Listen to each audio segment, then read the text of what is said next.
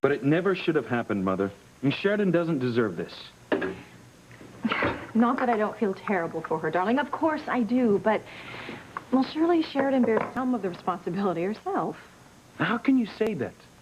When she found out her French boyfriend only wanted to marry her because she was a Crane, it broke her heart. I don't see how that's her fault at all.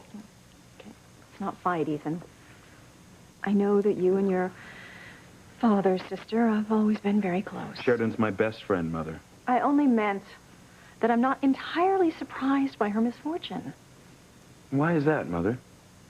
Well, since you asked, Sheridan has always found her boyfriends from... How shall I put this? Outside her class. She's never given so much as a second glance to any of the young men that your father or your grandfather have picked out for her. And why should she? And she wasn't looking for a business merger. She was looking for love. True love. It doesn't matter where you find true love as long as you're lucky enough to find it. Well, that's a nice sentiment, Ethan, although I'm afraid it's a bit simplistic. Why, Mother? I agree completely with Sheridan. Love is love. What's the difference if the person you care about is rich or poor? There's a world of difference. But none of it means anything as long as you're happy with each other. Don't tell me you never felt that way, Mother. Surely there was a time when you had a crush on some boy from the other side of the tracks. Mother? Are you all right?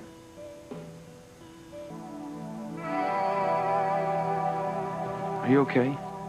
Did my question upset you, Mother? No, of course not, Ethan. And I applaud your very democratic view of love, though I dare say you might feel differently if you hadn't found the perfect girl in Gwen. You really think I fell in love with Gwen because she comes wealthy and powerful? No, certainly not. But you can't tell me that having those things in common isn't a tremendous boon to your relationship. To tell you the truth, I've never even considered it, Mother. And why should you? You and Gwen, you're made for one another. That's all I meant, was you could never be happy with anyone else. I think what you really meant is that I could never love anyone who's poor. I disagree. Love is all that matters. Well, that's easy to believe when you're young. Though I think you'd have a harder time if you were with someone who was poor. You wouldn't have anything in common with them, and you wouldn't stand a chance. Well, you think I'm silly? I'm not laughing at you, Mother. I'm laughing at myself. I was so angry earlier about Sheridan being hurt by that French gold digger. I was saying all the things you are. I know what I'm talking about, Ethan. I'm sure you do. And no one can love someone who's only after them for their money. But I can love any woman, rich or poor, as long as she's right and she loves me. I'm sure Sheridan feels the same way. I wouldn't worry too much about your Aunt Sheridan, Ethan. The Cranes are known for their resilience. She's endured other heartaches. She'll survive this one. I hope so, Mother. You know, perhaps this will even do her some good. Oh, don't look at me like that, Ethan. I only meant that in the future, perhaps Sheridan will realize that she should look for her boyfriends a little closer to home. Yeah, why don't we just get a printout of the membership list at the country club? Well, you're laughing at me, but that's not a terrible idea. I'm not going to argue with you, Mother. Besides, I don't think Sheridan's going to be looking for any boyfriend from anywhere anytime soon. And she needs time to heal. But once she does... Once she's ready to venture out, I'm going to personally inspect all future boyfriend prospects. And that would be an excellent idea because you have fabulous taste. In fact, I was just bragging to Teresa about how proud I am of you. Oh, good Lord, Teresa. I left her waiting for us up in my bedroom. Oh, don't worry about it, Mother. Teresa left a while ago. She told Gwen she had an allergy attack. Oh, sorry to hear that. I hope she's all right and she's not allergic to anything in the house. I mean, I really like her. She's smart and she's eager. I'm sure I like her, too, as long as she's nothing like her policeman brother, Luis. Is something wrong, Ethan? Sheridan's been arrested for speeding.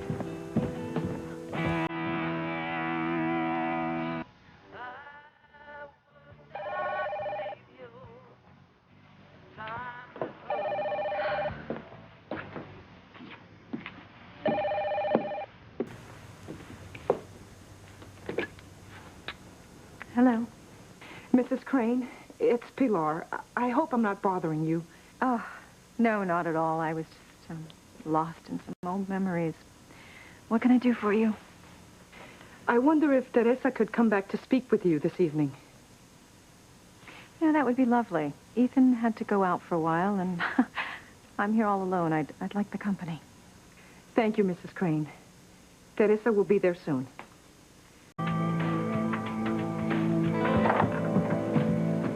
Oh, Teresa, I'm so glad you're feeling better. Feeling... Oh, right. My allergies. The reason I'm back, Mrs. Crane... Why don't you come in, Teresa? There's no need for us to talk on the doorstep. My mother said your son wasn't here. No, Ethan had to go out, unfortunately. But he'll be back later. He's anxious to meet you, too, Teresa. I appreciate your wanting a few more details about the position, Teresa. I had a feeling you were the conscientious type. Oh, it's not that, Mrs. Crane. Oh, don't be modest. Actually, I'd like to know a little more about you, too. Like, what are your plans for the future, and have you narrowed down your career goals yet? Well, I've always hoped I'd get something in the fashion industry or maybe the magazine world. I should think you would do very well in either field. And the position you're taking with me could be a big help.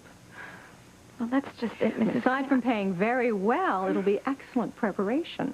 In fact, I was thinking if things work out well between us, eventually you would take on all of the duties of a real social secretary.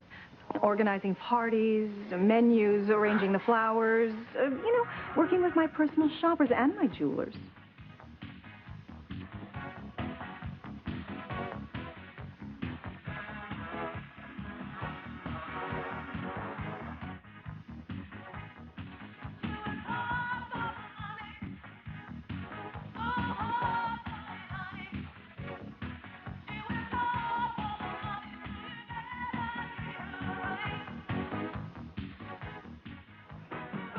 Eventually, you would have to travel with me to London, Paris, Milan to view the new collections.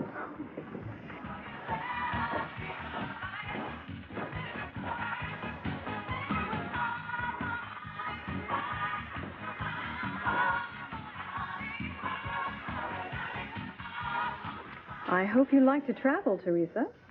I've never even been on an airplane, but I know I'd love it. Wonderful. You're going to make a marvelous secretary, and I hope you can start tomorrow because I could certainly use the help.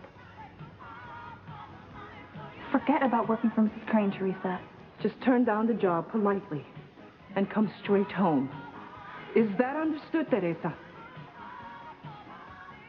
Well, yes. I can start tomorrow, Mrs. Crane.